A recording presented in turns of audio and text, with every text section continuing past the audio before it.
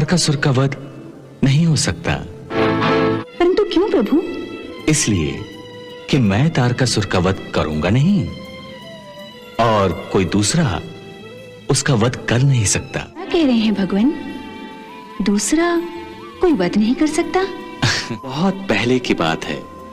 तारकासुर ने ब्रह्मा जी से वरदान पाने के लिए कई वर्षों तक एक लंबी तपस्या की। तारकासुर ने जब ये अनोखा वरदान मांगा तो ब्रह्मा जी बोले, बड़े चतुर हो भक्त, तो तुम लंबी आयु प्राप्त करना चाहते हो।